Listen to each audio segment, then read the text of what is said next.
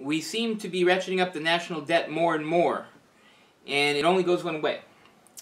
Why are huge national debts typical in democracy? Well, because you've got to keep paying out more and more to keep your subjects happy.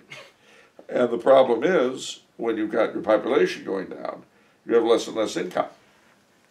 Now, if you have less and less income and ever greater expenditure, your debts go up. Mm-hmm. I got to tell you, I'm really bad with math. I'm no good at it. But even I know that if I've got 20 bucks to spend and I put out 50, I'm going to be in debt $30. Mm-hmm. Okay. Well, then if I go out again and I spend another 60, well, then I'll be in debt $90. And see, it'll keep going because I'm not getting money in. Mm-hmm. And for all the reasons I mentioned, we have an eroding tax base and at the same time increasing expenditure. So, what are you going to do? This sort of ties into one of the points Christophe makes, which is that democracies inherently drift left. Sure. And why do they drift left? He proposes that they drift left because the choice is security or liberty. And that people will always choose the security over liberty because security is very concrete, liberty is very abstract. Well, they will. But, you know, the unfortunate problem, which we just touched on, is that liberty is always more expensive. Security is always more expensive than liberty. Exactly. Yeah. Entitlements. Yeah, entitlements. And we all know our entitlements. I mean, you know, I don't want to have to pay for my medical treatment. Mm-hmm. And of course, medical treatment goes sky high. I may want my food stamps. You know, I may want my general relief for my welfare. Yeah. I may already be making a ton of money, but I still want my Social Security. I mean, does it make sense that millionaires are getting Social Security? But the problem turns into one of justice, because did they not pay into the system? Mm.